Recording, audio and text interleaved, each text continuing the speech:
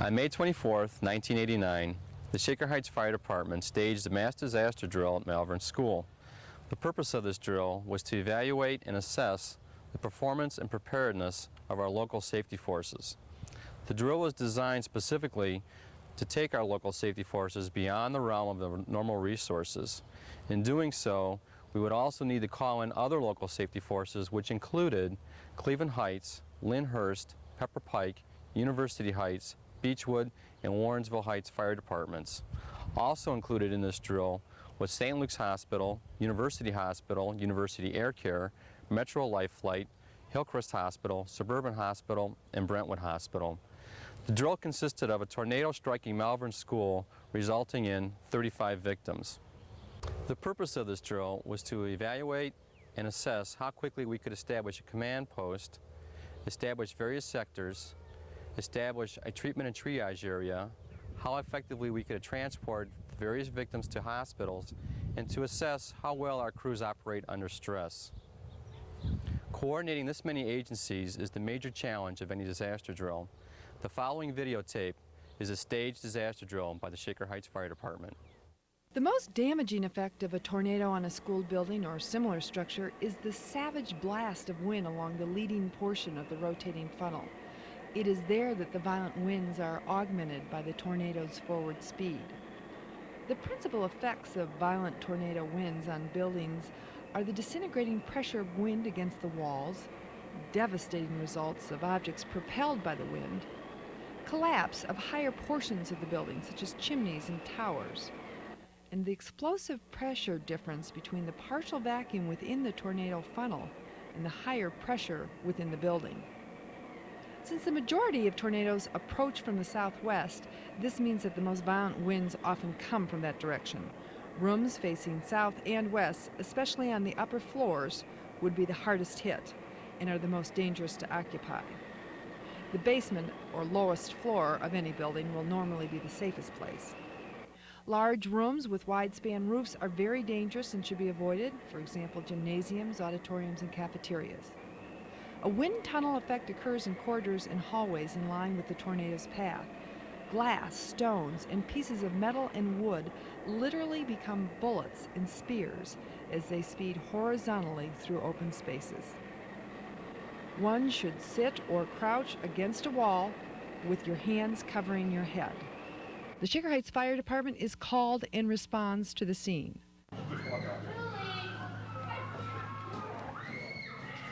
Okay. Just the first floor, right, Leah? Okay, check the second floor, we'll check the first.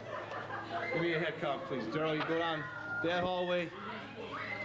Check injuries, airways, Tom, get that hallway.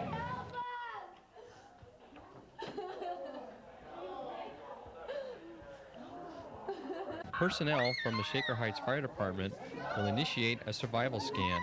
A survival scan entails 3 emergency procedures. A quick victim count that can be radioed in to the incident commander. B, opening airways of those victims that are in obvious respiratory distress. And C, controlling major bleeding.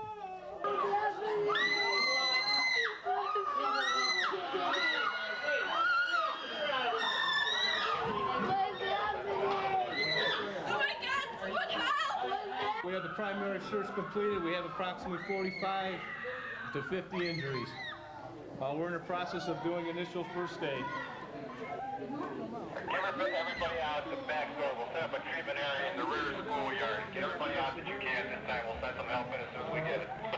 Okay, rear schoolyard, will do. 263 to 407. 263 is Malvern Command. Casualties in this building. Give us a second alarm and 2 more squads. The arriving crews estimate the number of casualties and type of incident. The highest-ranking officer should assign a disaster incident level. Shaker Heights Fire Chief Ronald Speck assesses the incident level as level 2, and he initiates the city disaster mode by contacting CCOMS, the coordinating medical emergency radio agency that serves this county. CCOMS will put into effect disaster level 2 parameters. The alarm office then contacts the mutual aid communities, Beechwood, Cleveland Heights, Lyndhurst, Pepper Pike, University Heights, Warrensville Heights, and area hospitals. All arriving EMS crews should stay together and avoid being split up. The triage officer will send crews into the building to triage the patients and then transport them to the outside treatment area. EMS crews triage the patients by doing a quick assessment and designating their condition with color-coded tapes. The red tape is the most urgent, the yellow tape indicates urgent, and green tape non-urgent. Black tape indicates dead on arrival. These color-coded triage tags should be placed on a uniform place, such as the forehead or the foot. The lack of uniformity in tag placement caused some patients to be incorrectly reassessed before they were evacuated from the building to the treatment area. As more and more information about the scope and severity of this disaster are communicated to the incident commander, he in turn is feeding all appropriate information on to CCOMS, the Coordinating Medical Emergency Radio Agency serving this geographic area. The CCOMS Communication Center has the responsibility of dividing the total number of victims between the participating hospitals. Assignments for transport are based on the hospital's location, the age of the victim, the nature of the injury, and the hospital's capacity to handle the various levels of injury for the trauma victims. A young female, presumably electrocuted and critically wounded, will be transported by Life Flight to the Trauma Center of St. Luke's Hospital. The Metro Life Flight helicopter will be summoned by the communications sector and will be given a location for a landing zone away from the incident due to the large number of personnel and equipment already on the scene. The site chosen for this exercise is the front lawn of John Carroll University, approximately 1 mile from the disaster site. The squad is informed that Metro Life Flight is already in service and that Air Care helicopter will transport the young girl. We've been advised by Life Flight that they are not participating in the drill at this time. I'm checking with Air Care at this time. Upon delivery of the patient to the Air Care team, treatment for critical injuries is continued en route to St. Luke's Hospital's Trauma Center. The director of the emergency room at St. Luke's was notified by CCOMS that a disaster had taken place and that they would be receiving a large number of patients. St. Luke's, as well as other area hospitals that were notified, then initiated their own internal disaster system, which would allow for the treatment and processing of a large number of victims in a short period of time. I told them to call. They said we called and they faked it. No, Where are you going? you got PMS's phone. Oh, you think best you're going to surgery? You're out of here. The fire department will simultaneously perform fire suppression and aid victim rescue operations. Additionally, on the scene, the fire department must deal with an overturned car and the evacuation of 2 victims inside. 246 base, the 246 members. Rally at the front door. We have an overturned vehicle. We're going to go out and extricate. During vehicle extrication, the following events should take place. The area should be secured as a safe area to work within. Victims should be immobilized, triaged, and ready for the event of extrication. We'll get our med kit and the collars. Extrication should take place in a methodical, mechanically advantageous method. Is that what you said? She's pulseless and not breathing? No, they both had pulses. I'm just saying maintain it and do an evaluation, you know, down the head to the... Once victims are removed, they should be quickly reassessed, packaged, and transported to the appropriate medical facility. At the scene of the disaster, approximately 30 minutes after the drill began, all the victims have been evacuated from the school to the treatment area. All of those with red tags are en route to or have arrived at their designated hospitals. As the victims are triaged and treated, the mechanics of victim transport go into effect. The treatment officer will inform the communication and transport officers of a victim's condition. We've got 2 yellow victims that are changing to reds, so we're downgrading their status to red. We're going to need more squads ASAP. The treatment officer will then receive directions from the communication officer as to where and when the patient will be transported. Command 2 treatment. Go ahead, Command. Yeah, release Rescue Squad 245 with the crew. Have them respond to the west side of the building to transport 1 red victim. Okay.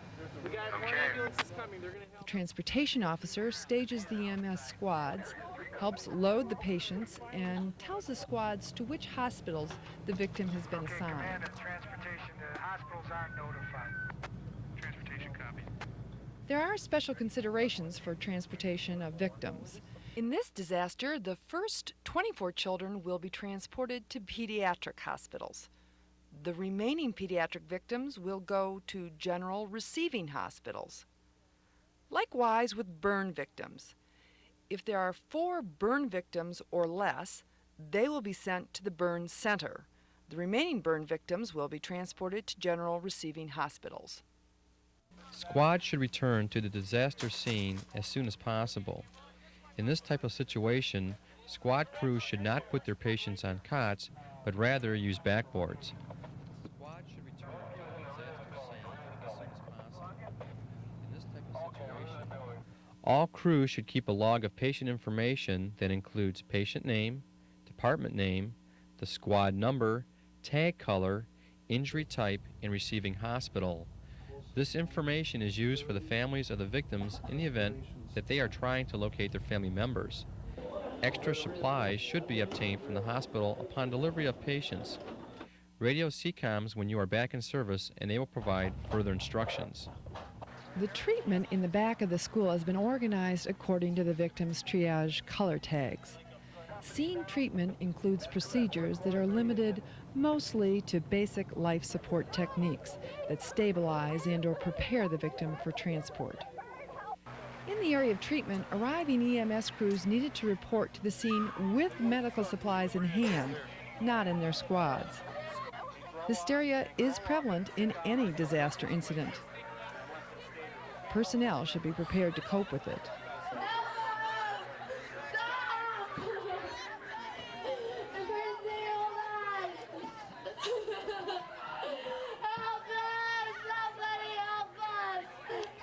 Now that the most seriously wounded have been transported, the victim transport begins to bottleneck.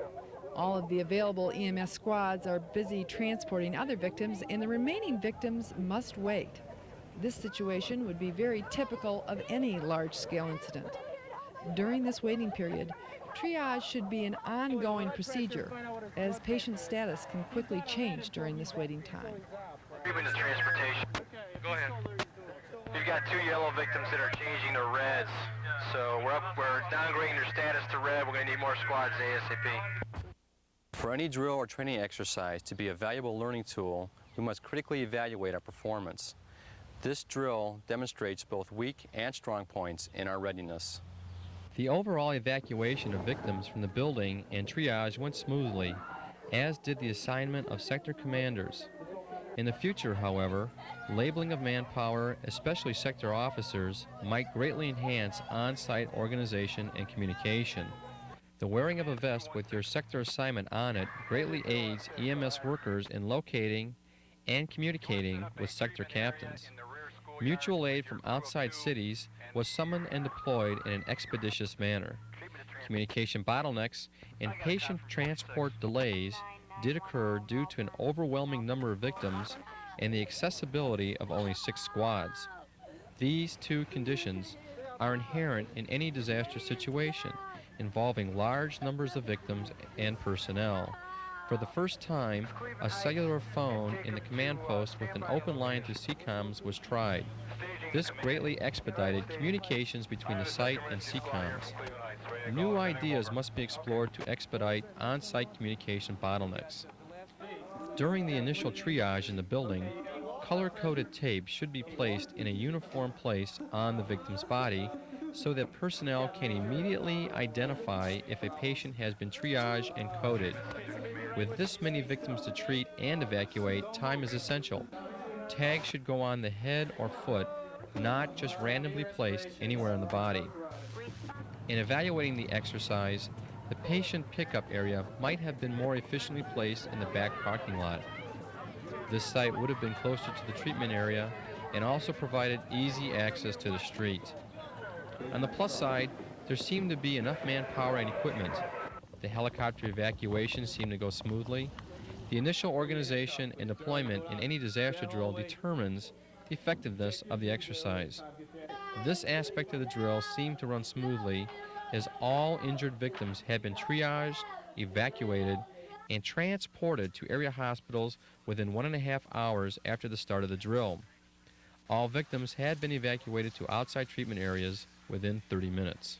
This disaster drill offers the opportunity for neighboring communities to work together to establish a disaster plan. Should a disaster occur, it would require a prompt response from many cities within Cuyahoga County. The purpose of this drill is to assess and evaluate our disaster planning.